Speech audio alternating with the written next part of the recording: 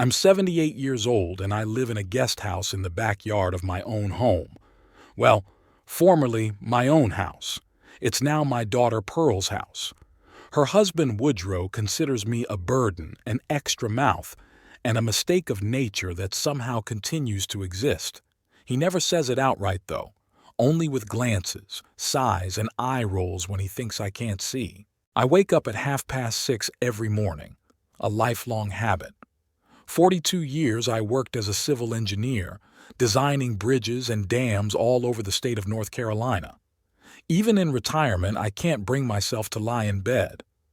My Edith used to say I was born with an alarm clock inside me. Edith. It's been 5 years since she passed away. Pancreatic cancer, fast and relentless. We had 51 years together. When she left, it was like I lost half of myself. The house we'd built together became unbearably quiet. That's when Pearl suggested that I move in with Woodrow. More specifically, she suggested that they move into my house and I would live in the guest house. "It'll be easier for you that way, Dad. You won't have to maintain a big house." It sounded reasonable. Plus, they had Finch, my granddaughter, who was 8 at the time.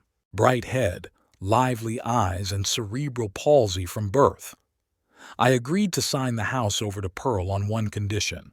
The guest house would be mine for the rest of my life and no one could evict me from it. My old friend Lawrence, a lawyer to the bone, drew up the agreement in a way that wouldn't hurt a mosquito. I've known him since high school, and he knows I'm not the kind of guy who relies on kinship in real estate matters. Now, looking at the hydrangea bushes blooming outside the window, Edith loved them so much. I wonder if I made a mistake. Maybe I should have sold the house, bought a small apartment and lived my own life. But then I wouldn't see Finch every day, and she's the only thing keeping me in this world. There's the sound of dishes clinking in the kitchen of the big house. Pearl's making breakfast, so it's 7 o'clock. I know their routine by heart. Woodrow gets up at 6:30, showers, comes down for breakfast at 7:15. He works for an insurance company, wears suits that always look a little tight like he's gained weight but won't admit it. He leaves at 8, comes back at 6, sometimes later. Pearl teaches high school English literature. Smart woman, but something in her broke after Finch was born. I don't think she ever accepted that her child wouldn't be normal. I often catch her eyes on her daughter, a mixture of love and pity and some strange resentment, as if Finch was born that way on purpose to make her life harder. I step out of the cabin and walk toward the main house. The backyard is manicured, it's my job. Gardening has always been a hobby of mine, but now it's become my main occupation. 3 steps up to the back porch, the door is usually unlocked. I knock, more for formality, and walk in.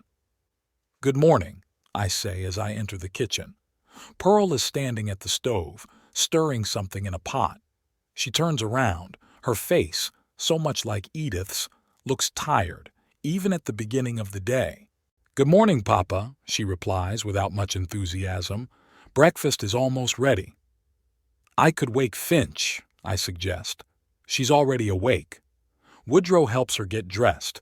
That's rare. Usually it's Pearl or a visiting nurse who takes care of Finch. Woodrow tries to stay away from anything related to the girl's care. "I don't have a medical degree," he likes to say. Though it's not about education, it's about human involvement. I sit down at the table. The kitchen is large, bright. Edith and I renovated it the year before she died. New ivory cabinets, granite countertops, an island in the middle. It still looks like new, even though Pearl doesn't keep up much. Mug marks on the countertops, last night's dishes in the sink. "How'd you sleep?" I ask, keeping the conversation going. "Fine," Pearl said, not turning around. "How about you?" "The usual." I saw the roses starting to bloom. "That's good. The conversation's not going well. It's almost always like that. It's like a wall has grown between us since Edith died. Or maybe it was always there, but Edith was a bridge between us. She had a way of smoothing things over, finding common ground with everyone. I'm as straight as a rail and as flexible." Woodrow appears in the doorway, rolling the wheelchair in which Finch is sitting. The girl has blonde hair, braided in a sloppy braid. It's obvious that Woodrow braided it, unskillfully but diligently. She smiles when she sees me. "Grandpa Hearn?" she exclaims. Her voice is a little slurred, but there is no music more pleasant to me. "Good morning, sunshine," I reply, and the world around me immediately becomes brighter. Woodrow nods at me instead of greeting me and sets Finch's chair by the desk.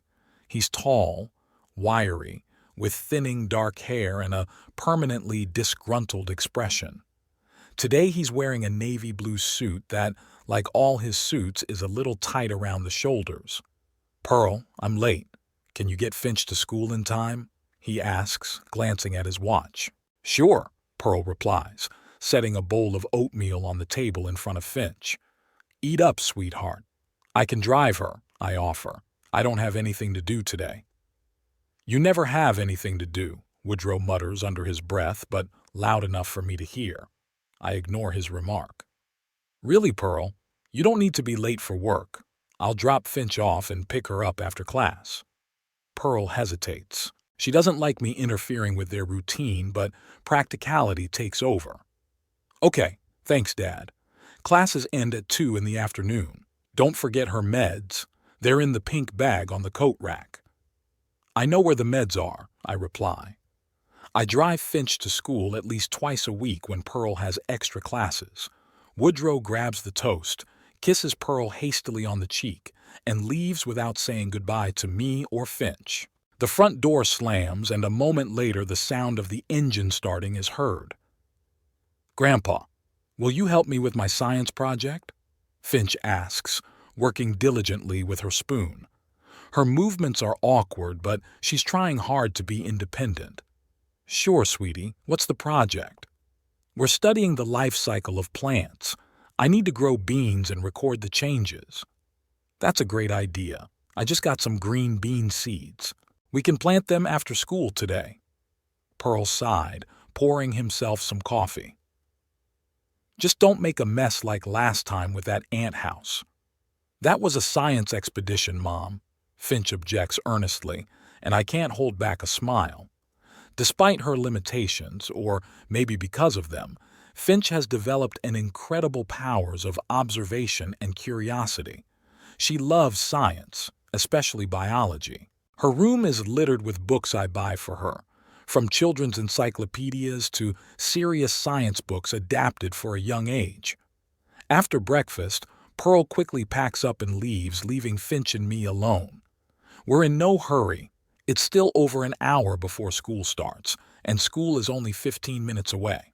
"Grandpa, tell me how you and Grandma met," Finch asks as I help her brush her teeth. It's a story she's heard dozens of times, but for some reason she never tires of asking me to repeat it. "Your grandmother Edith worked in the university library," I begin the familiar story. "I was in my 3rd year of engineering and was preparing for exams. Every day I came to the library and sat at the same desk, where I could see the circulation desk where she worked." "And you were afraid to talk to her," Finch says with a smile. "That's right. For a whole month I just watched her from afar. She was the most beautiful girl I'd ever seen. Long brown hair, always in a ponytail, and the kindest eyes in the world." "And then she approached you?" "Yes. One day she came over to my desk and put a book in front of me. 'I think this is what you're looking for,' she said. It was a book on material resistance, exactly what I needed for the exam. I was so surprised I couldn't get a word out. And she laughed. Yes, she laughed and said, 'If you ever find the courage to ask me out for coffee, I'll say yes.' And she left. Can you imagine what a blow that was to my young heart?" Finch chuckles, imagining the scene.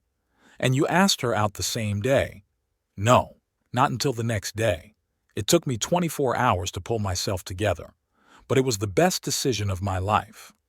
I help Finch into her wheelchair and drive her to the garage where my old but reliable minivan, equipped with a chair elevator, is parked. Pearl and Woodrow drive brand new sedans, but none of them are equipped to carry Finch. That's my concern.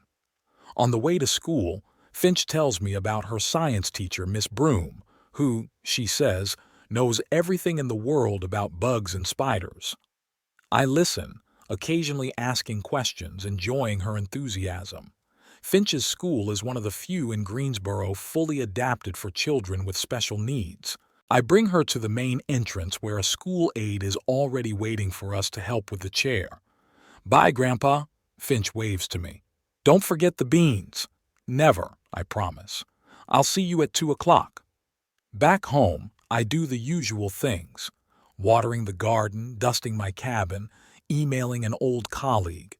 Time crawls slowly when Finch isn't around. Around noon, I hear a car pull up. I look out the window. It's Pearl. Strange. She doesn't usually come home in the middle of the day. I walk out to the doorstep of the guest house. Pearl is walking across the backyard, taking off her sunglasses as she goes. Her face is tense. "Is everything okay?" I ask.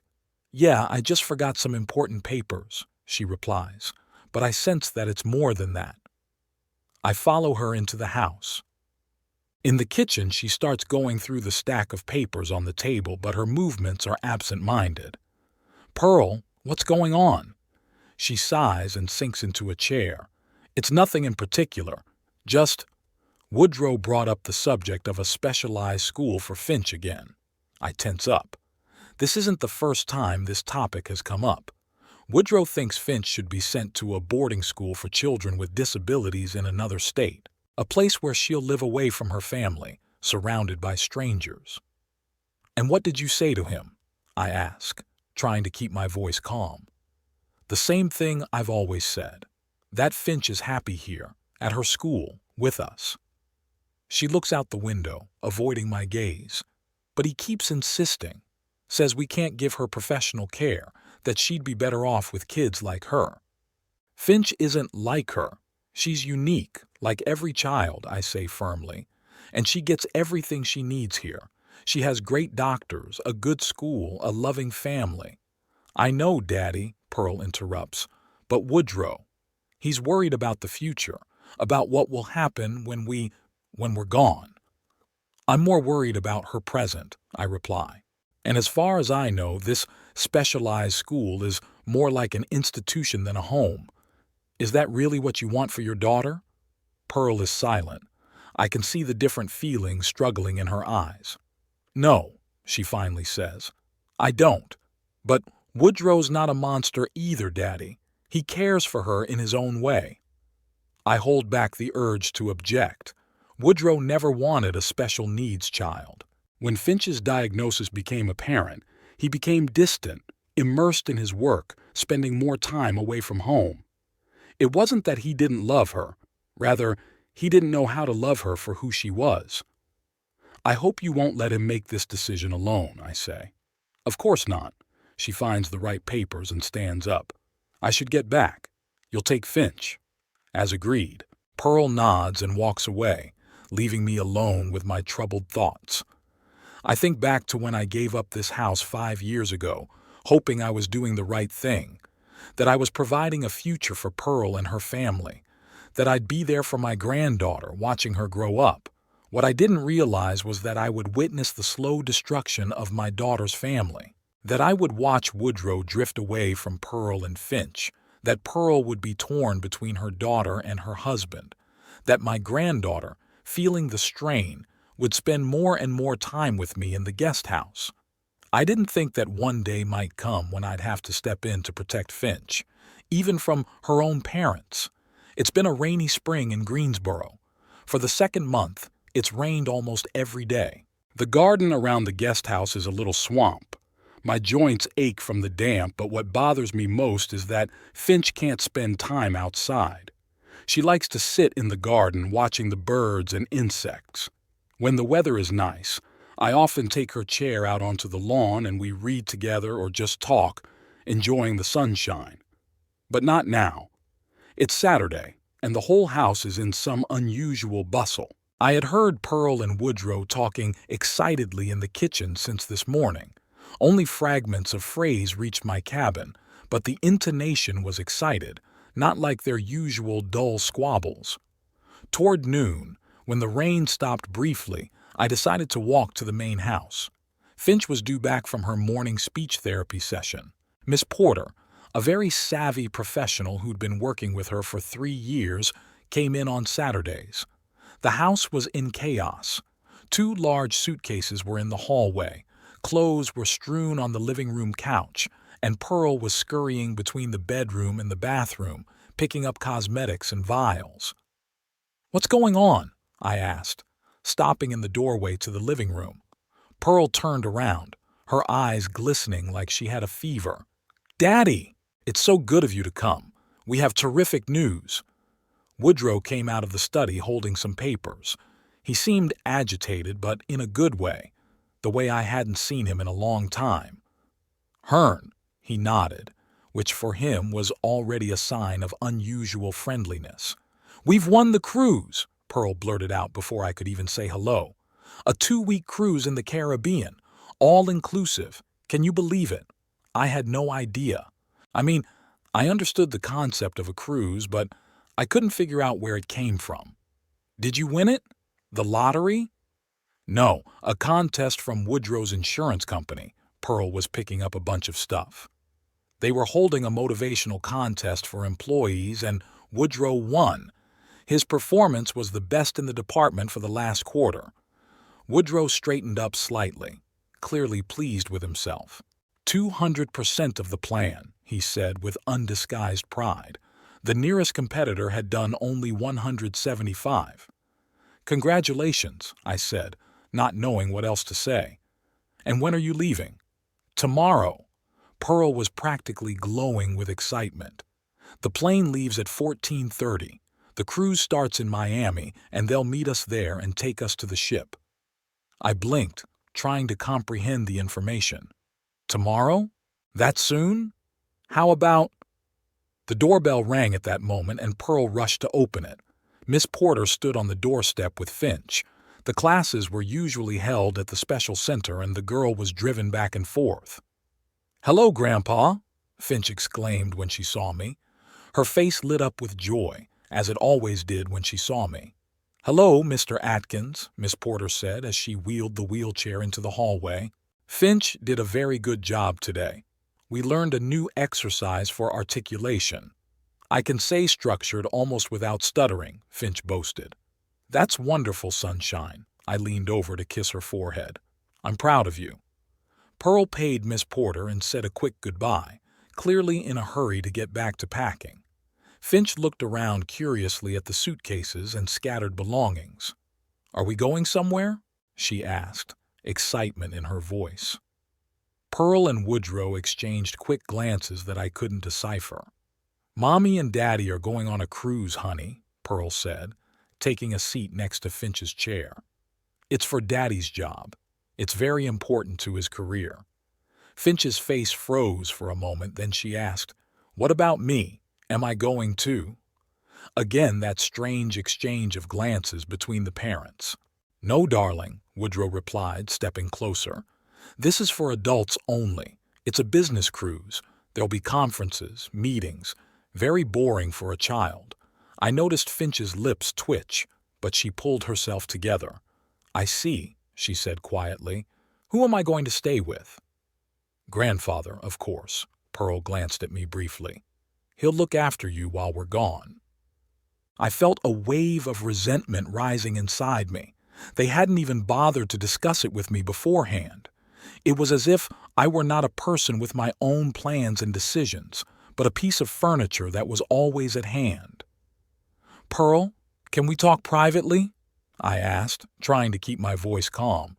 "Dad, I'm really busy right now. Maybe later?" "No, now," I insisted. "It's important." Pearl sighed and stood up. "Woodrow, keep an eye on Finch. Daddy and I are going out for a while." We went out onto the back porch.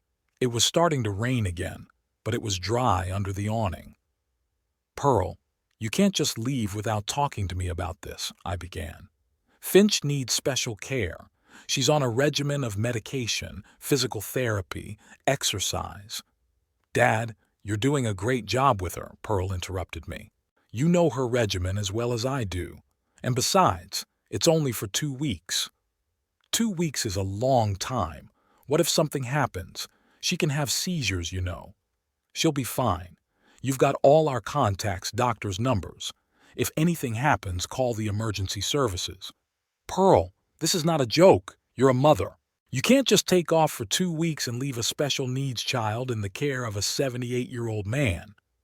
Pearl's face turned rigid. Dad, don't be so dramatic. You're perfectly fine for your age, and you spend time with Finch all the time. What's going to change? What's going to change is that I'm going to be solely responsible for her 24 hours a day. What if I get sick? What if I can't pick her up or help her to the bathroom? For God's sake, Dad, you're making a big deal out of this. This is our first vacation in 5 years. 5 years, Dad. We haven't been away since Mom died. Woodrow's working his ass off. I'm torn between school and home. We need this vacation. What about Finch? Doesn't she need a break from feeling like a burden to her parents? Pearl turned pale. It's not fair. We love Finch, but we're people too, Dad. We have our own needs, our own desires. We can't live for her all the time. No one's talking about all the time. We're talking about a specific situation. You won that cruise, great. Why not postpone the trip? Make some plans. Find a professional caregiver to help me with Finch. Because the voucher is only valid for these dates. Pearl was practically screaming. We can't reschedule. And a professional caregiver costs money we don't have. You've got money for a new car for Woodrow, for a kitchen remodel for those stupid golf courses, but no money for a nurse for your daughter? Pearl took a deep breath, obviously trying to calm down. Dad, listen. This is a done deal. We're leaving tomorrow. You're staying with Finch. If you need help, call your neighbor, Mrs. Oliver. She's looked after Finch a couple of times already. I'll leave money for expenses and any necessary instructions. It'll be fine. She turned to leave, but I grabbed her arm. Pearl, think of your daughter. She needs you. And I need this vacation, Daddy, Pearl said quietly. I'm on edge. If I don't rest, I'll just break down. And then no one will be better off, not me, not Finch. She released my hand and went back inside, leaving me standing in the growing rain. The rest of the day passed in a flurry of packing. Pearl was making lists and instructions for me. Woodrow was on the phone confirming reservations and organizing things. Finch sat quietly in her room, pretending to read a book, but I could see she was just staring at one point. Toward evening, I went in to see her. Her room was decorated in light green tones, a color she had chosen herself. There were posters of animals and plants on the walls, shelves filled with books and collections of rocks, shells, feathers, anything you could collect without getting out of your wheelchair. Hey, Sunshine, I said, sitting down on the edge of her bed. How are you? Finch shrugged, not lifting her eyes from the book. I'm fine. Are you upset about your parents leaving? She hesitated, then answered quietly. No, I mean, not much. It's just, they could have taken me with them. Your parents say it's a business trip. I saw the brochure, Grandpa. Finch looked up at me. It says family cruise, with activities for the kids and everything. I felt something tighten in my chest. Of course Finch isn't stupid. She knows exactly when she's being lied to. They just want to spend time together, Sunshine. Adults need that sometimes. I know. She lowered her gaze again. It's just, we haven't been away together in a while. Not since I stopped walking. Until she was 6, Finch was able to walk with the help of special orthotics. But then her condition worsened, and she was in a chair. It was a difficult time for the whole family. Woodrow became even more withdrawn. Pearl became depressed. I had just moved into the guest house at that time and took over most of the care of my granddaughter. You and I can have our own adventure, I suggested. What do you say we go to the botanical gardens next weekend? The orchids are supposed to bloom there. Finch smiled weakly. Sounds great, Grandpa. Thank you. There was a knock at the door and Pearl came in with a tray. I brought dinner, she said, setting the tray on the bedside table. Chicken broth and croutons, your favorite. Finch nodded but didn't say anything. Pearl touched her hair in an awkward gesture of affection. "Honey, I know you're upset, but Daddy and I will be back soon, and we'll bring you some presents from the Caribbean. What would you like?" "Nothing, Mom. Thank you." Pearl looked helplessly at me, then back at her daughter. "Finch, please don't take offense. This cruise is very important to Daddy's job. If he does well, he could get a promotion. That means more money for our family. We can pay for that new physical therapy Dr. Reed was talking about." "I'm not offended, Mom." Finch's voice was steady, emotionless. "It's okay. Grandpa and I can handle it."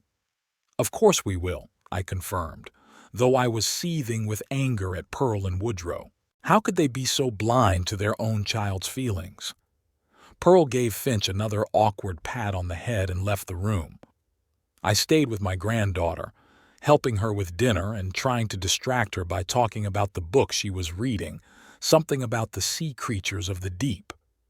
Later that evening, when Finch had already gone to bed, I went down to the kitchen for a glass of water and heard Pearl and Woodrow talking in the living room. "I don't think it's a good idea," Pearl was saying. "He's very upset." "Pearl, we can't cancel the trip because your father isn't happy." Woodrow's voice sounded annoyed. "I worked my ass off to win this cruise. This is my chance to impress the management. Jefferson will be there with his wife, and so will Brickman. If I don't show up, it's going to look like a slap in the face." I know. It's just, Finch is upset too. Finch is always upset when it comes to leaving her for even a minute. It's an unhealthy attachment, Pearl. Dr. Morgan talked about it. Dr. Morgan also said she needs stability and a sense of security, which your father is perfectly capable of providing for 2 weeks. God, Pearl, we're not leaving her forever. We're just taking a little vacation. All parents do it. Not all parents have special needs children. And that's why we need this vacation even more. Woodrow raised his voice. "Do you have any idea what it's like to come home every day and see this?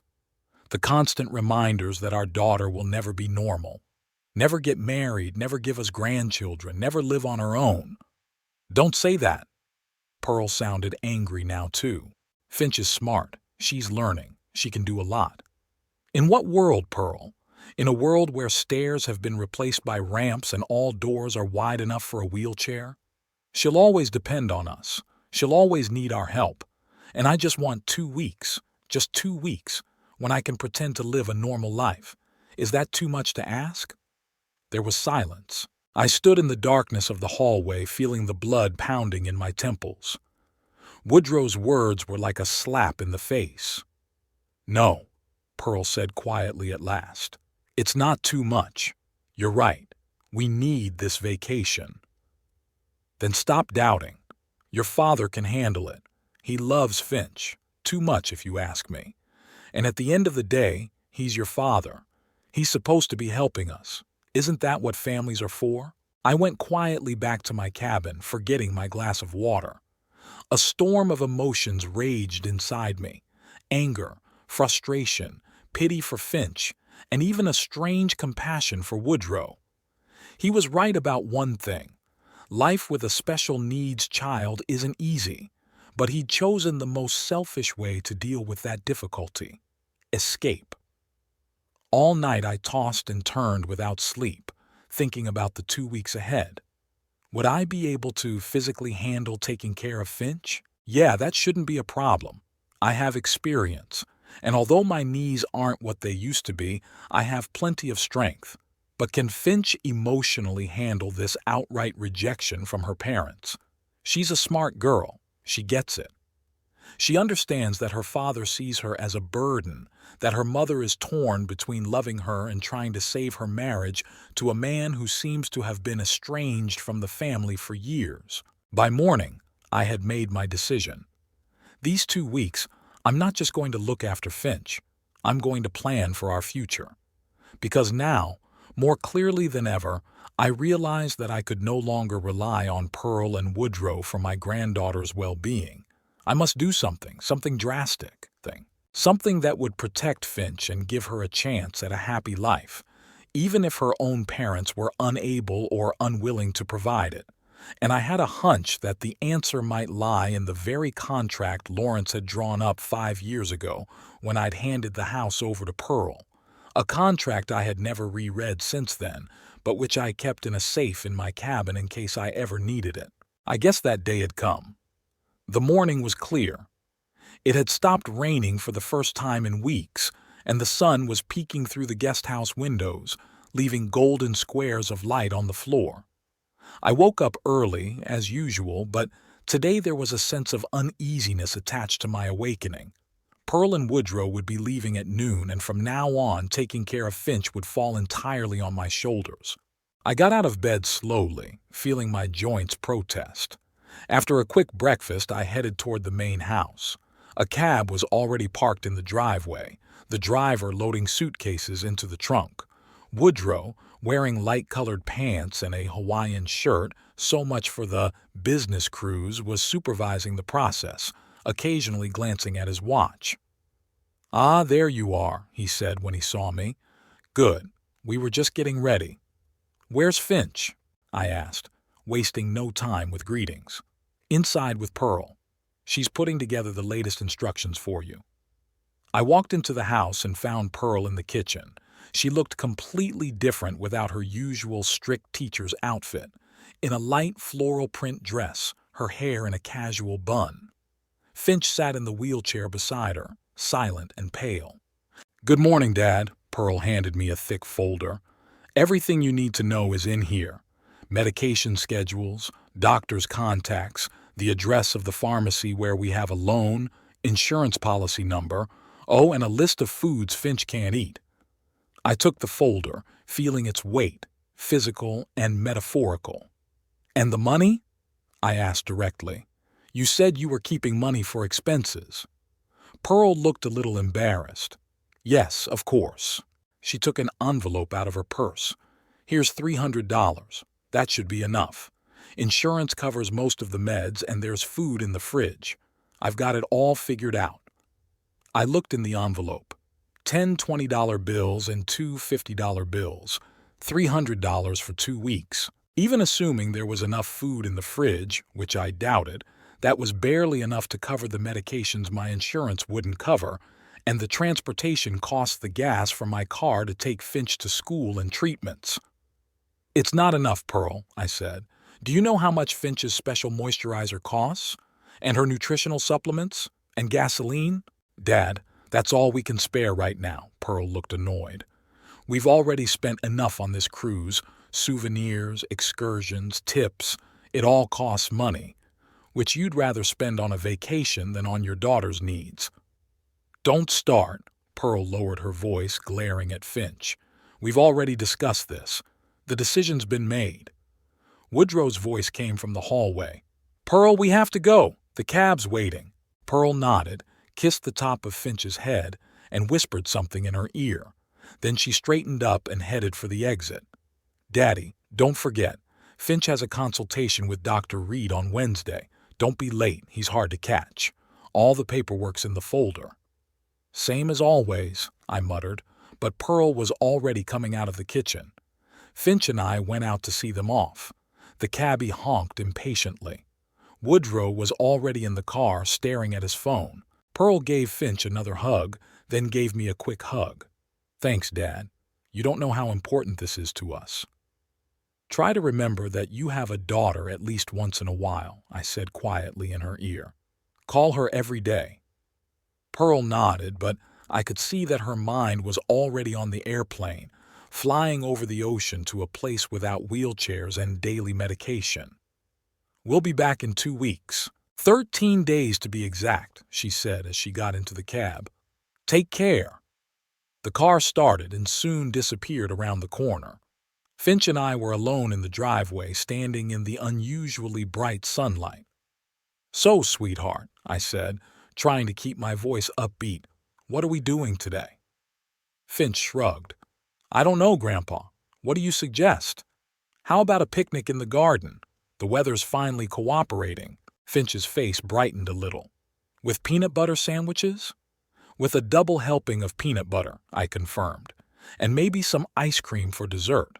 And so began our 2 weeks together. The first few days went relatively smoothly. We had a set routine. I helped Finch with her morning routine, drove her to school, picked her up after school, we did homework, and in the evenings we read or watched the nature documentaries she loved so much. Pearl called every night for the first 3 days, but the conversations were short and perfunctory. "How are you doing? Everything good?" "Great. We're doing great too. The weather is wonderful. The beaches are amazing." No real questions about Finch's well-being, about her progress at school, about whether I was coping. On the fourth day, the trouble started. Finch woke up in the morning with a high fever and complaints of a sore throat.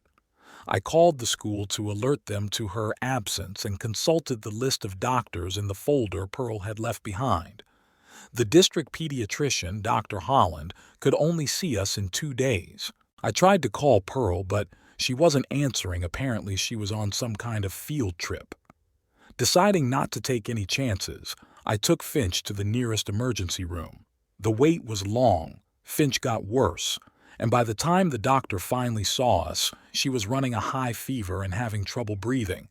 The diagnosis, strep infection, required immediate antibiotic treatment. I drove to the pharmacy listed by Pearl, only to find out that our credit there had been maxed out a month ago and no one had refilled it. I had to pay out of my own pocket, $98 for antibiotics, $35 for antipyretics, and another $15 for a special throat spray. Nearly half of the money Pearl had left behind disappeared in one day. Finch spent the next 3 days in bed. I slept on the cot next to her, waking up every few hours to check her temperature and give her medication. Fortunately, the antibiotics worked quickly, and by the end of the week, Finch was feeling better. But our problems were just beginning. It turned out that the food supply in the fridge wasn't as plentiful as Pearl had claimed. By the end of the first week, we'd eaten almost everything we could cook without much culinary skill. I had to drive to the supermarket and spend even more money from my limited budget. To make matters worse, Wednesday's consultation with Dr. Reed revealed that Finch needed a new course of physical therapy, 10 sessions at $50 each, not covered by insurance. When I tried to explain the situation, Dr. Reed only shrugged and said that the treatment could be postponed until my parents returned, but that it would negatively affect Finch's progress. I decided to pay for the first 2 sessions out of my remaining funds and the rest would have to be postponed. By the end of the first week, there was less than $30 left of the $300, and there was still a whole week to go. All my attempts to contact Pearl were unsuccessful. She stopped answering the phone after the 5th day, sending only a short message. "It's okay. We have a lot of excursions. Connection is bad. Don't worry."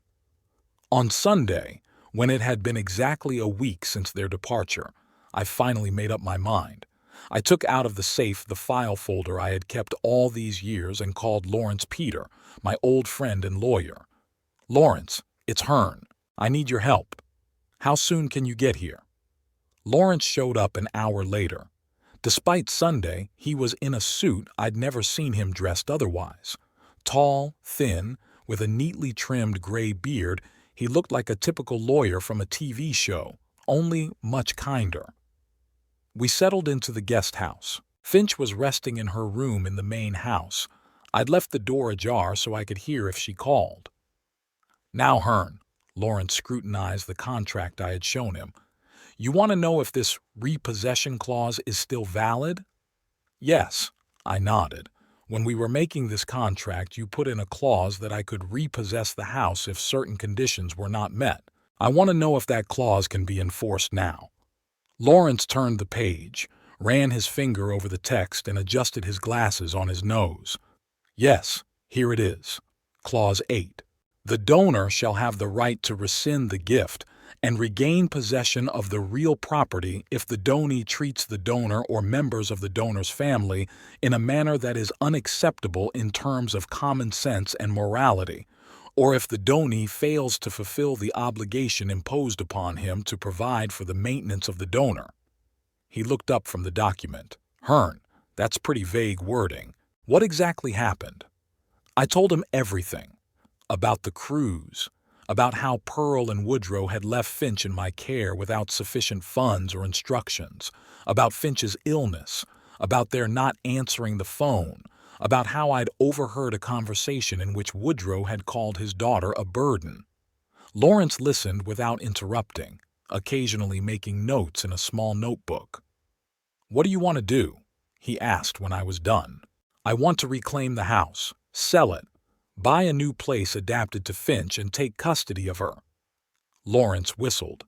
"That's a big decision, my friend, and legally tricky. Custody is a separate matter, requiring proof of parental unfitness. But as for the house," he looked at the document again. "Yes, theoretically you could enforce that clause. Pearl and Woodrow have failed to fulfill the obligation to support you, leaving you without sufficient funds. But that would have to be proven in court if they decided to contest it." "I don't want to go to court, Lawrence. I just want a future for Finch. She deserves better than parents who only see her as a burden." Lawrence rubbed his chin thoughtfully.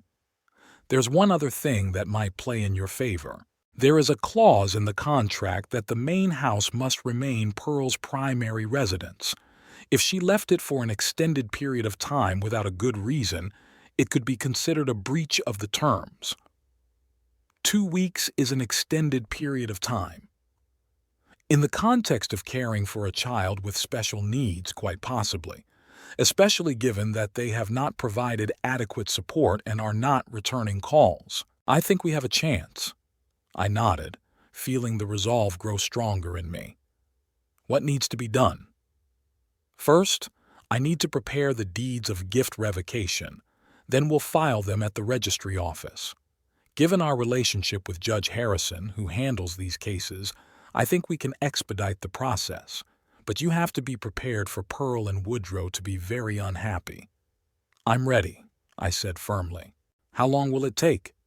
"If everything goes smoothly, a few days, a week at the most. But there's one more question.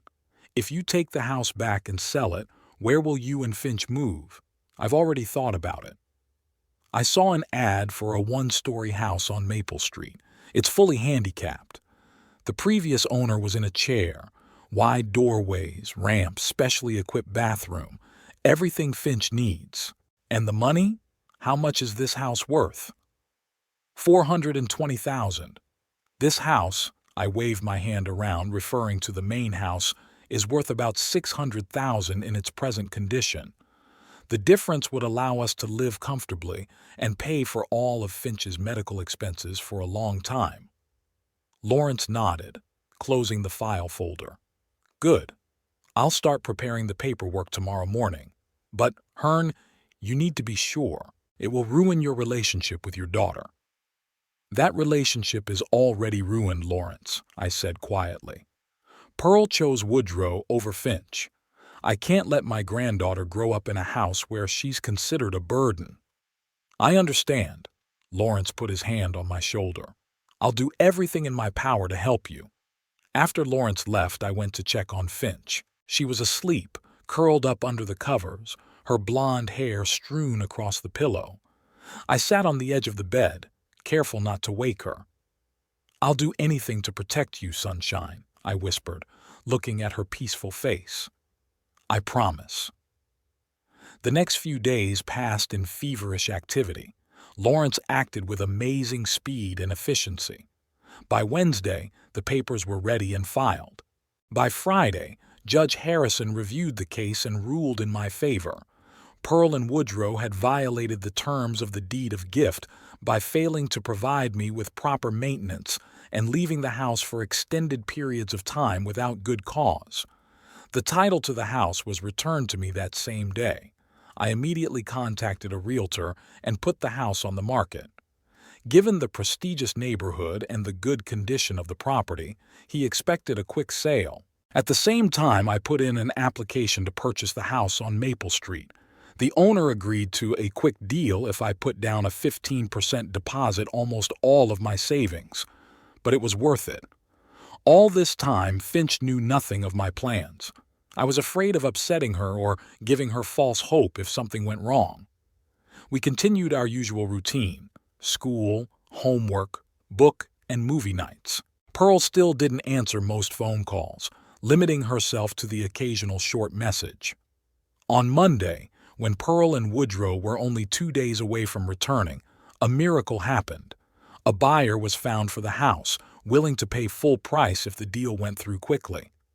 By Tuesday evening, all the papers were signed, the money was deposited in my account, and the keys to the house on Maple Street were in my pocket. I decided to move Finch's essentials to the new house discreetly while she was at school.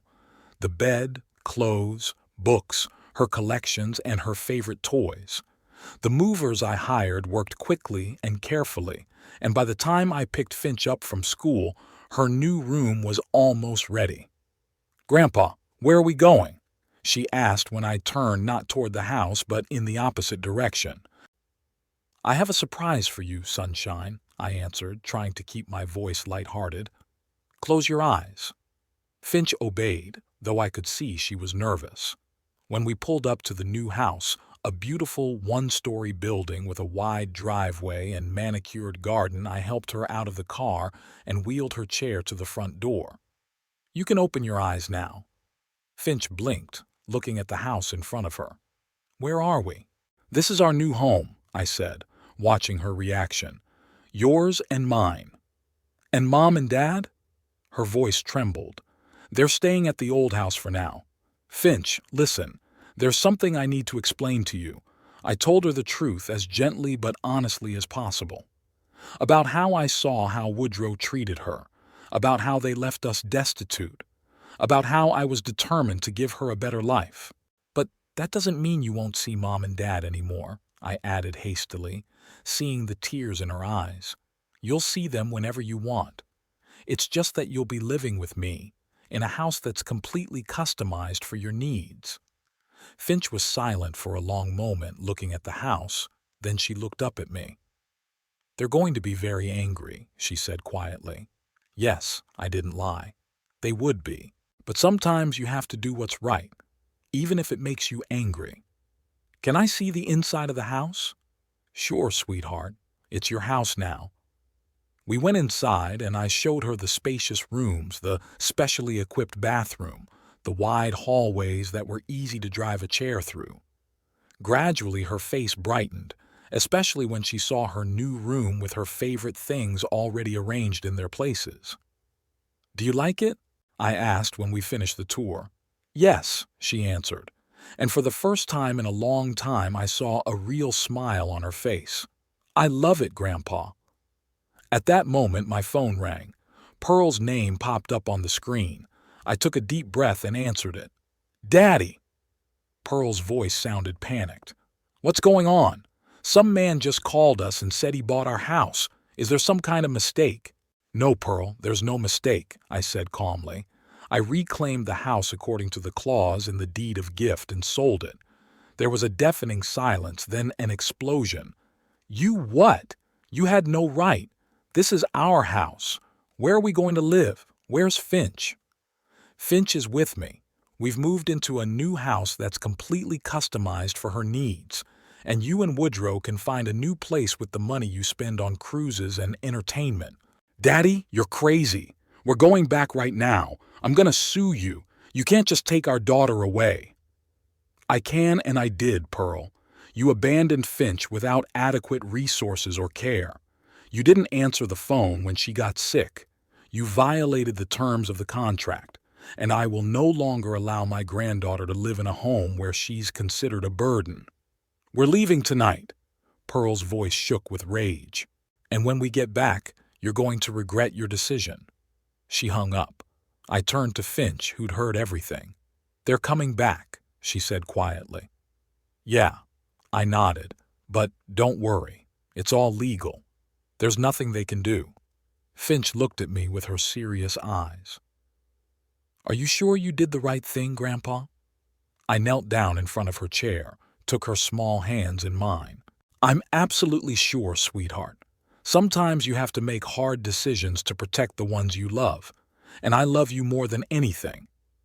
Finch leaned forward and put her arms around my neck. I love you too, Grandpa. We stayed like that, hugging as the last rays of sunlight streamed through the windows of our new home. I knew there was a storm ahead of us when Pearl and Woodrow returned. But in that moment, with Finch in my arms, I was pretty sure I'd made the right decision. The next morning was as clear as the previous morning, but there was tension in the air. I knew Pearl and Woodrow were arriving tonight. They'd booked the next flight out of Miami right after we talked. I had about 10 hours to prepare for the inevitable confrontation. The first thing I did was call Lawrence and brief him on the situation.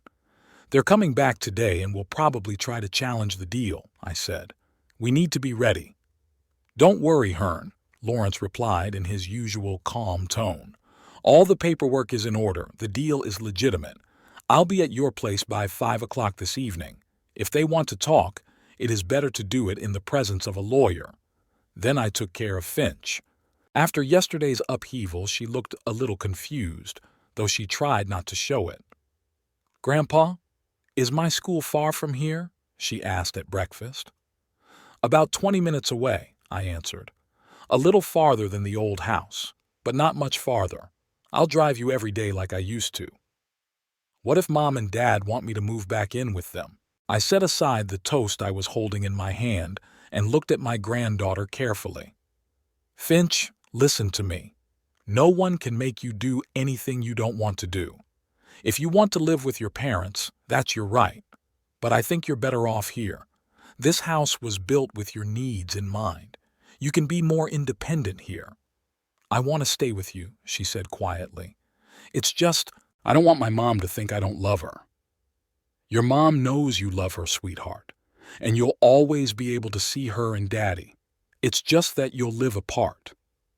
Finch nodded, but I could see something was still bothering her. Grandpa, did you really sell their house? Technically, it was my house that I once gave to your mom, but yeah, I sold it. Where are they going to live? That's a question I've been asking myself since I sold the house. Sure, Pearl and Woodrow didn't have a place to live now, but they had a substantial amount of money from the sale of the house their share, which I had transferred to Pearl's account last night. More than enough to buy a new apartment or even a small house. They have money, Finch. They can rent an apartment or buy a new house. Don't worry about it. After breakfast, we spent the day setting up the new house. I unpacked boxes and Finch supervised, pointing out where her books and collection should stand. We took a break for lunch, and then I showed her the garden behind the house. Not as big as the old house, but spacious enough with comfortable paths for her chair and pretty flower beds.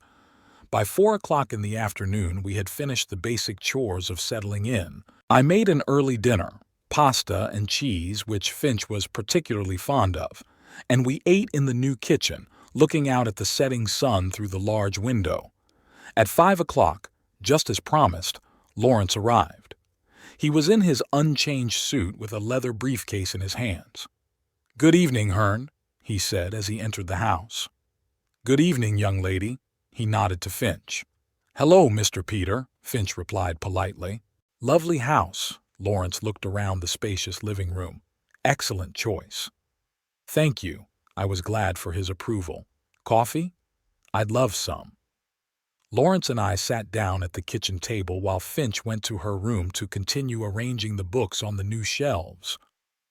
"So," Lawrence sipped his coffee, "what's our plan in case they arrive?" "I think they'll go to the old house first," I said. "They'll find that the new owners are already living there, and they'll probably call me. I'll give them that address and they'll come here. I imagine the conversation will be tense." "That's putting it mildly," Lawrence grinned. "You've robbed them of their home and effectively taken their daughter. They'll be furious." "I didn't take Finch," I countered. "I just gave her a better life. She can still see her parents whenever she wants." "I know, Hearn." Lawrence put his hand on my shoulder. "I'm on your side, remember? But from a legal point of view, the situation is complicated. Even though we acted within the law, they may try to challenge your actions or even file for custody of Finch." "They won't get custody," I said firmly. "Not after abandoning her sick, without adequate resources or care." "That's a strong argument, but not enough to terminate parental rights. At best, the court could appoint you as temporary guardian, but to do that, we'd have to prove that Pearl and Woodrow are unfit as parents, and that's not easy." I sighed, realizing that Lawrence was right. Despite my best efforts, the law is still on the side of the biological parents, unless they are blatantly neglectful or abusive. And in Pearl and Woodrow's case, it was more about emotional neglect, which is hard to prove in court. "What do you suggest?" "Stick to the facts," Lawrence said. "You got the house back legally. You bought a new place better suited to Finch's needs. You acted in her best interests. If they start threatening to sue, remind them that a public trial isn't in their best interest, especially if details of how they abandoned a sick child come out." I nodded, feeling somewhat relieved at Lawrence's reassurance. At that moment, my cell phone rang. Pearl's name popped up on the screen. "They've landed," I said to Lawrence before answering it. "Hello? Daddy?" Pearl's voice sounded both angry and confused. "We came home and there are strangers there. They say they've bought our house. What's going on?" "I explained it to you yesterday, Pearl," I said calmly. "I took the house back and sold it. You and Woodrow violated the terms of the deed of gift." "This is crazy. Where are you? Where's Finch?" "We're in our new house, 234 Maple Street. If you want to talk, come here. And Pearl, I have my lawyer with me." There was a short pause. "We'll be there in 20 minutes, she said at last, and hung up. I turned to Lawrence. "They're on their way." He nodded and opened his briefcase, pulling out some papers. "Good. I'll be ready." I went over to Finch to warn her. "Sunshine, your parents will be here soon. They're very upset and can be very loud. If you get uncomfortable or scared, you can go to your room and close the door, okay?" Finch nodded, her face turning serious. "I'll stay with you, Grandpa. I'm not scared." I smiled, once again marveling at her fortitude. "Good. But remember, no matter what happens, I love you, and everything I do is for your good." 20 minutes later, just as Pearl had promised, a cab pulled up in front of the house. My daughter and son-in-law got out of it, both with tanned faces and in summer clothes that contrasted strangely with their fierce expressions. Woodrow was carrying 2 large suitcases, which he set abruptly on the sidewalk while paying the cab driver. I opened the door before they could even ring the bell. Pearl burst into the house like a hurricane, Woodrow following her, leaving the suitcases outside. "What have you done?" Pearl screamed when she saw me. "You sold our house behind our backs. You kidnapped our daughter." "Calm down, Pearl," I said firmly. "Finch is here. Nothing happened to you, and I didn't do anything behind your back. I tried to contact you several times when Finch was sick, but you wouldn't answer your phone." "We had a bad reception. We were at sea. We took the time to call when we found out about the house," I remarked. "Strange that you couldn't find the time when your daughter was sick with a fever of 40. Lawrence got up from his seat at the kitchen table and came over to us. "Good evening, Mrs. Kane, Mr. Kane. I'm Lawrence Peter, Mr. Atkins' attorney. Perhaps we should all sit down and discuss the situation calmly." Woodrow, who had been silent until then, stepped forward. "We don't need a calm discussion. We want our daughter and our home." He looked around. "Finch, where are you?" "I'm here, Dad," Finch replied quietly, wheeling out of her room in her wheelchair. Pearl rushed over to her, kneeling down next to the chair. "Honey, are you okay? Grandpa didn't hurt you?" Finch looked surprised. "Of course not. Grandpa never hurts me." "We're taking you home," Pearl said, straightening up. "Pack your things." "But we don't have a home anymore, Mom," Finch replied calmly. "Grandfather said it's been sold." "It was a mistake, dear. We'll make it right. Won't we, Woodrow?" Woodrow nodded, his face red with anger. "Yes, We'll sue and get our house back, and your grandfather will answer for what he did." Lawrence cleared his throat. "I'm afraid it's not that simple, Mr. Kane. The house was legally returned to Mr. Atkins under Clause 8 of the deed of gift that you and your wife signed 5 years ago. The sale of the house to the new owners was also conducted in a proper manner. The deed was recorded. The money was transferred. It's virtually impossible to reverse that process."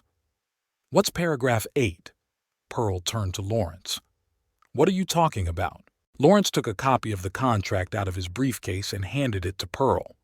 "It clearly states that the donor, that is, Mr. Atkins, has the right to revoke the gift if the giver, that is you, fails to fulfill the obligation to provide for the donor's maintenance or treats him or his family members in an unacceptable manner." Pearl ran her eyes over the document, then handed it to Woodrow.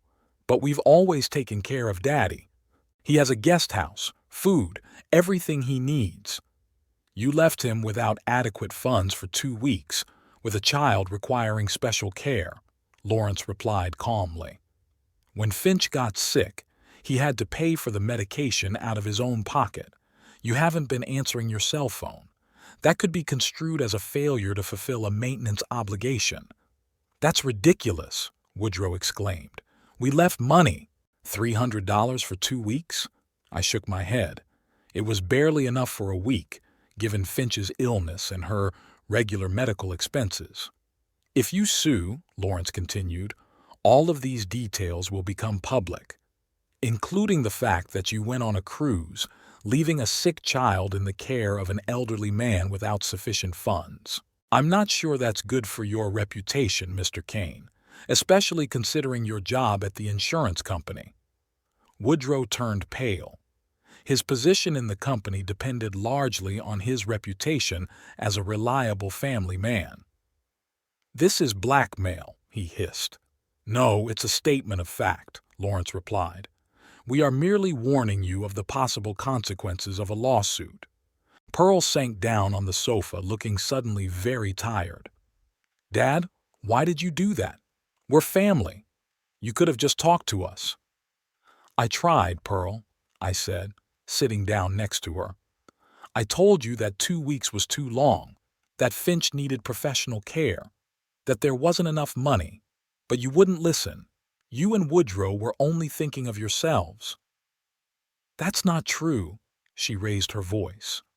We're people too, Daddy. We need a vacation too." "I understand that, but you can't rest at the expense of your daughter's well-being." Finch, who'd been silent the whole time, moved closer. "Mom, don't be mad at Grandpa. I like it here. Look at the house. I can drive myself into the bathroom. The doors are wide, there are no steps, and we're not far from my school." Pearl looked at her daughter, and I saw something flicker in her eyes, maybe a realization. "Do you want to stay here? With Grandpa?" Finch nodded. "Yes, but I'll still see you, won't I? You'll come to visit?" Pearl cast a quick glance at Woodrow, who was standing by the window, his back to us. "Of course, honey. We'll be coming over, but where will we live?" "Our house is sold." I cleared my throat. "Pearl, I've deposited your share of the house sale into your account. It's a substantial sum, enough to buy a new apartment or even a small house. You won't be left on the street."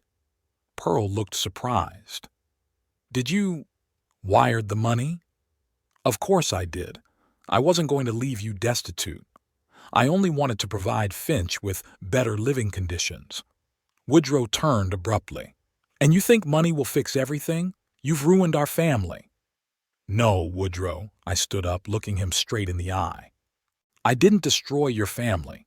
You did it when you decided your daughter was a burden to be rid of for 2 weeks for your own pleasure." "What?" Pearl jumped up. "Woodrow never said that." "Yes." I kept my gaze on Woodrow, who had turned even paler. "I heard you talk the night before you left. He said he wanted 2 weeks of normalcy without the constant reminders that your daughter would never be normal." Pearl turned to her husband, a mute question in her eyes. "Is it true?" Woodrow opened his mouth, closed it, then opened it again. Yeah, it was just a conversation. I was upset. You know how much I love Finch. No, I don't, Pearl said suddenly, and there was a new note in her voice, a hardness I hadn't heard in a long time. I really don't know, Woodrow. You hardly spend any time with her. You avoid helping her. You're always talking about sending her to a specialized school away from us. It's for her own good, Woodrow exclaimed. She'll get professional care there. And here, she'll get love, Pearl said quietly. And apparently her grandfather loves her much more than we do. There was silence. Finch looked from one adult to the other, her face serious and focused. I propose a compromise, Lawrence finally said, breaking the silence. Finch stays here with Mr. Atkins, but she sees her parents regularly. Let's say she spends weekends with you, wherever you decide to live. We can formalize this as a joint custody agreement to protect the interests of all parties. Pearl nodded slowly. That sounds reasonable. What? Woodrow turned to her. Are you willing to give up our daughter? I'm not giving her up, Woodrow. I'm recognizing that she might be better off here. This house is adapted to her needs. And my father. She looked at me with a new expression, something between respect and regret. My father has always taken better care of her than we have. Woodrow shook his head. That's crazy. I'm not going to discuss it. We're going to sue and get our daughter back. No, we won't, Pearl said firmly. I don't want a trial, Woodrow. I don't want Finch to go through that. And I'm not sure we'll win, all things considered. Woodrow stared at her as if seeing her for the first time. You're choosing his side? After everything he's done? I'm choosing Finch's side, Pearl replied. And if you really love her, you'll do the same. Woodrow clenched his fists, then abruptly turned and walked out of the house, slamming the door. A moment later, we heard him hailing a cab on the phone. Pearl took a deep breath and turned to Finch. Honey, do you really want to stay here? With Grandpa? Finch nodded. Yes, Mom, I do. But I want to see you too, and Daddy, when he's not angry. You'll see us often, I promise. Pearl leaned over and hugged her daughter. We'll find a new house not far from here. And maybe we can all be better. A more real family. I noticed that she didn't mention Woodrow in that promise, and wondered if that meant the beginning of the end of their marriage. But now was not the time for such thoughts.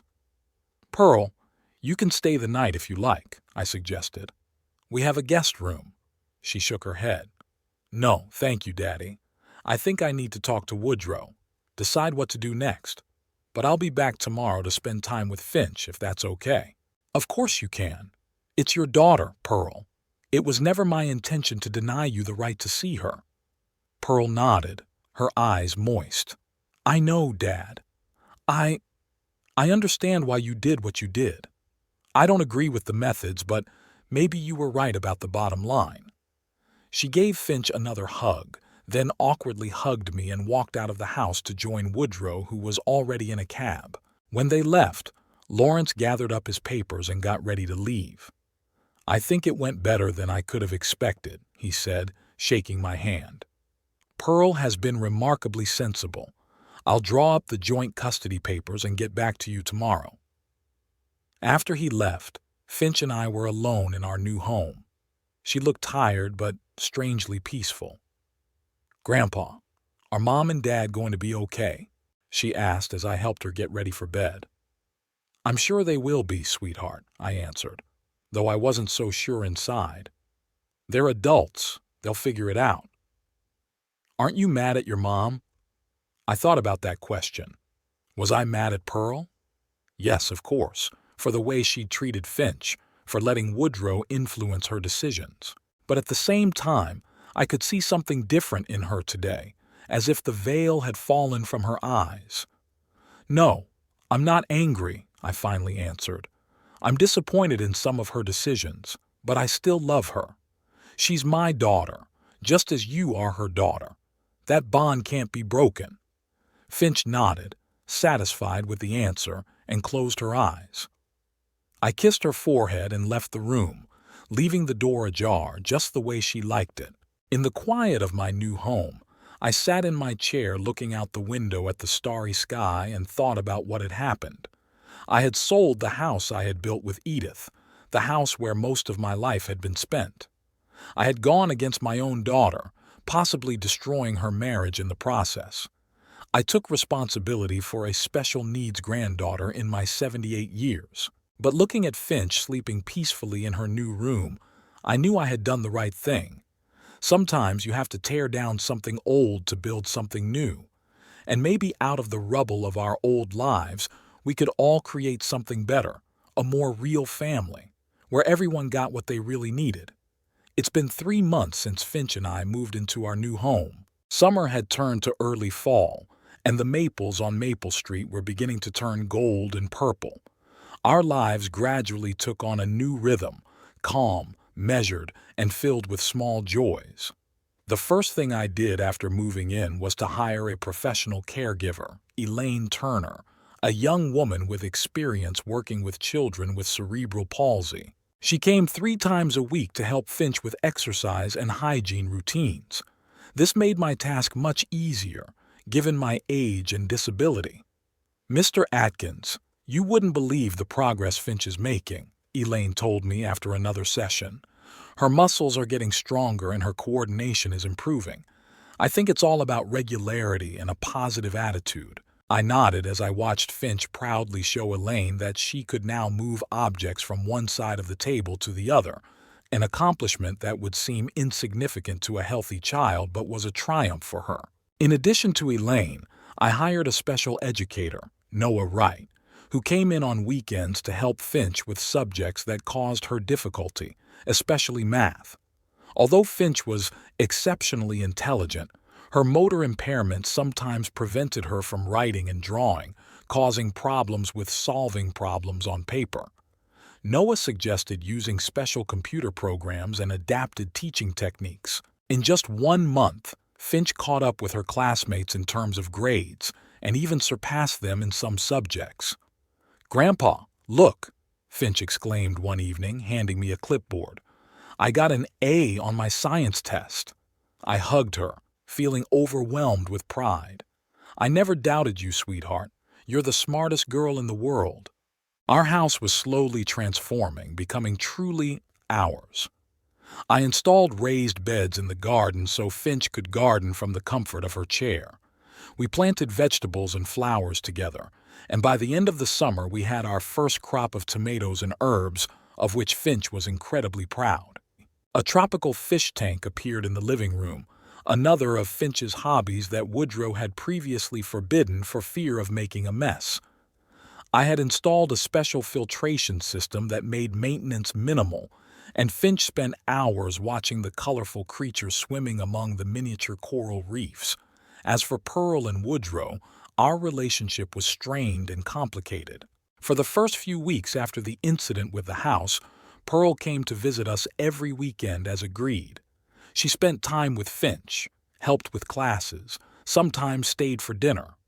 Woodrow came less often, usually staying in the car or spending no more than an hour with Finch, finding excuses to leave. They rented a small apartment 15 minutes away, but as I'd learned from Pearl, they barely spoke to each other. Woodrow blamed her for giving up and allowing me to steal their daughter, and Pearl couldn't forgive his words about burden and normal life. In late September, there was a turning point in our relationship. Pearl arrived alone, unannounced, late at night when Finch was already asleep. I noticed her eyes were red from crying. "What's wrong?" I asked, letting her into the house. "Woodrow left," she answered, sinking down on the living room couch. "He packed his things and said he couldn't live like this anymore, that he needed a normal family." I sat down next to her, not knowing what to say. Part of me wanted to gloat. Woodrow had finally shown his true colors, but another part of me sympathized with my daughter, who looked so lost and alone. "I'm sorry," I finally said. Pearl shook her head. "You don't have to be. You were right about him. All this time." She was silent for a moment, gathering her thoughts. Dad, I want Finch back. I want her to live with me. I'm tense. Pearl, we've already talked about this. Finch is fine here. She's got everything she needs, specialists, an adapted home. I know, she held up a hand, stopping me. I'm not talking about getting her out of here. I'm talking about, she took a deep breath, to move here. To you, if you'll let me. I was stunned. Pearl, always so independent, asking permission to live under my roof? You want to move in with us? Yes. I've thought it over. The apartment Woodrow and I rented is too expensive for me alone. And I want to be closer to Finch. Make up for my mistakes, be a better mother. I stared at her, trying to see if her words were sincere. After all, she still had access to a significant amount of money from the sale of the old house. Pearl, if it's about money, I can help you find a more affordable place to live. It's not about the money, Daddy. She looked a little hurt. Well, it's not just about money. I really want to be closer to Finch. And you, to be honest.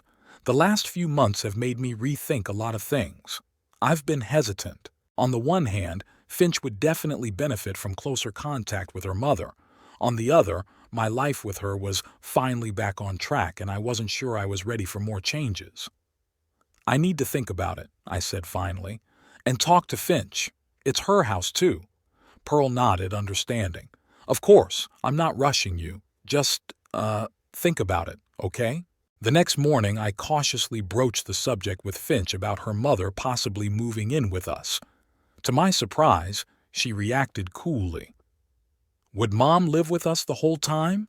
She asked, setting aside the book she was reading. If we decide it's a good idea, yes. Finch thought for a moment. And Dad? No, just Mom. She and Dad decided to separate for a while. Finch nodded as if that confirmed some of her own thoughts. They always fight when they think I can't hear, she said with sudden insight. Dad says Mom spends too much time on me, and Mom says he doesn't love me at all. I was amazed at her powers of observation. Of course, Finch understood everything. Children always understand more than we give them credit for. So, what do you think about Mom living with us? I asked, determined to be completely honest with her. I don't know, she shrugged. I like the way we live now. You don't yell or cry, and you let me keep fish. Your mom won't scream or cry if she moves here either, I assured her. And the fish would stay with us. Finch thought again. Okay, she said at last. Let Mom move in, but only if she stops calling me poor thing every time I can't do something. I nodded, realizing what she was talking about. Pearl often showed excessive pity for Finch, which only emphasized her limitations instead of focusing on her strengths. I'll talk to her about it, I promised. So Pearl moved in with us. We cleared out a guest room for her, and gradually she settled into our routine. It hadn't been easy at first. Finch and I were used to a certain rhythm of life, and the presence of a third person was bound to change things. But in time, we found a new balance. Pearl got a job at the same school as Finch, which allowed them to travel together. She became more attentive to her daughter's needs, but, as I noticed, her motivation wasn't always pure. One evening, when Finch was already asleep, Pearl came over to me with a cup of tea and sat next to me on the couch. Dad, I've been thinking about the money from the sale of the house, she began cautiously. There's quite a substantial sum left, isn't there, after buying this house and all the specialist costs for Finch? I tensed. Yes, there was enough left over, but that money is meant to secure Finch's future. For her education, for medical care, maybe for the special equipment she'll need as she gets older. Of course, Pearl agreed hastily. I was just thinking, I'm her mother. Shouldn't I have some control over those funds? That was it. I felt a familiar disappointment rise up inside me. All this time I'd hoped that Pearl had really changed, that she genuinely wanted to be closer to her daughter. But money still seemed to play a part in her motivation. Pearl, I said as calmly as I could, I've appointed Lawrence as trustee of the trust set up for Finch. Neither you nor I have direct access to the funds. They will be allocated only for Finch's specific needs, as needed. Pearl's face changed, disappointment flickering into a strained smile. Of course, Dad. I was just asking. It's a reasonable precaution. Something changed between us after that conversation. Pearl became more distant, stayed late at work more often, spent less time with Finch. I noticed that she began to talk to Woodrow on the phone more often, though she'd refused to talk to him before. One day, coming home from school earlier than usual, Finch heard her mother talking to someone on the phone in the backyard. "Grandpa," Finch said as Pearl left to go to the store.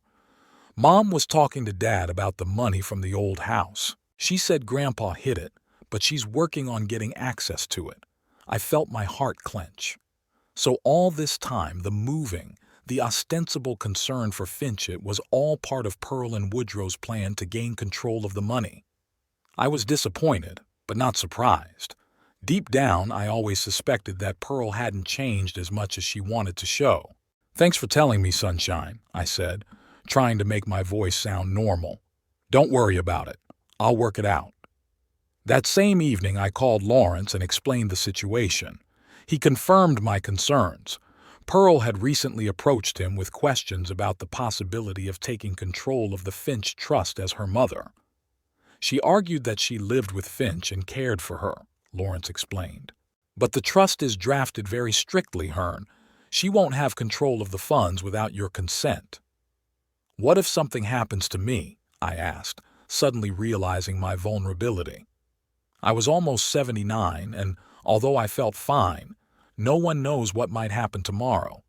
"In the event of your incapacity or death," Lawrence spoke softly but directly, "the administration of the trust will pass to an independent trustee we've already appointed. It's not Pearl. The funds would still be used only for Finch's benefit. I'm relieved." "Thank you, Lawrence. You always think a few steps ahead." "That's what you hired the old bore of a lawyer for," he grinned. "But, Hearn, what are you going to do about Pearl? She still lives with you, doesn't she?" That question kept me up all night. By morning, I'd made up my mind. When Pearl got home from work, I asked her to come into my office to talk. Finch was in class with Noah in her room, and we could talk freely. "Pearl," I began bluntly, "I know about your conversations with Woodrow, and about you trying to get control of the Finch trust." Her face froze for a moment, then she tried to laugh. "What are you talking about, Daddy? What kind of talk?" "Don't, Pearl. Finch heard you talking, and Lawrence informed me of your visit." Her face changed, the mask of friendliness fell away, and I saw the cold calculatingness that had always been there, just well hidden. "So?" Her voice became harsher. "I'm her mother. I have the right to manage the funds intended for my daughter. Those funds are meant to secure Finch's future, not so you and Woodrow can buy a new house or go on another cruise." "Woodrow is remorseful." She changed tactics, her voice softer. "He's realized his mistakes. He wants to come back to us, to be a real family. A family that's only interested in money." I shook my head. "Pearl, I gave you a chance. I let you move here to be closer to Finch. I hoped you'd really changed, that you genuinely wanted to be a better mother. But you betrayed my trust." "Dad, that's not true." "I want you to move out," I interrupted her. "Today. You can see Finch like we agreed on weekends. But you're not living here anymore." Pearl stared at me, her face contorted with anger. "You can't just kick me out. I'm her mother. I can, and I do. This house belongs to me, and I decide who lives in it. You can pack your things and leave nicely, or I'll call the police." "You'll regret this," she hissed, standing up. "Woodrow and I are going to file for custody. We have rights." "Do what you want," I said calmly. "But remember that everything will come out in court. How you abandoned a sick child without resources. How Woodrow called her a burden. How you tried to get control of the money. Do you think the judge will be on your side?" Pearl didn't answer. She left the office, slamming the door loudly, and I heard her pacing around her room, gathering her things. An hour later, she left without even saying goodbye to Finch. That evening, I explained to Finch what had happened, sparing her feelings as much as possible.